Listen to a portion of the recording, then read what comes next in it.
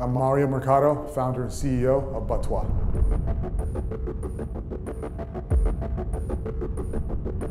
Bats-Toi actually means fight, but it was a very famous saying by Napoleon Bonaparte. It doesn't mean fight where I'm beating you, it means fight for liberty, fight to overcome whatever obstacle that you're presented with. I was thinking of how Obi-Wan Kenobi had described a lightsaber, where he said it was an elegant weapon. So when you look at our headgear, it has an elegant, cool look to it, then the meaning behind it is aggressive.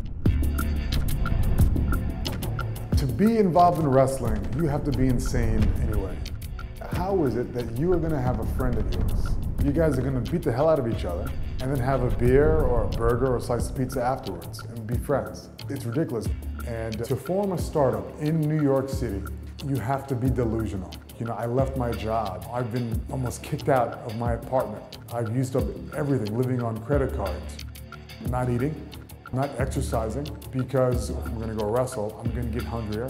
So if I get hungrier, I've got to buy more food. So I coached at NYU, but then I went to graduate school there. The biggest problem the guys I was coaching with had as a wrestler were head injuries. And I cannot begin to tell you how many people told me that my idea of this headgear was going to fail. Everybody told me, you're crazy, you're bringing too much attention, it's never gonna work. There was no way that I was going to allow another person to say that this is not going to work. It was impossible. I can never accept it. So I reached out to the engineering department and I called everybody there. And then finally, one of the professors took me seriously and said, you know, come on over. And that was Professor Nikhil Gupta. And he liked what I had to say. He helped me put together our student research team. And then he goes, you know what? There is a technology competition that's being developed. We won. We beat up 54 other teams, and we were really, really proud of what we had accomplished. And that's how it started.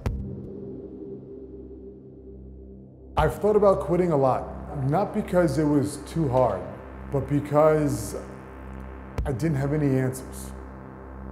You know, the biggest thing that a startup goes through is taking something from a concept and bring it to an actual commercial product.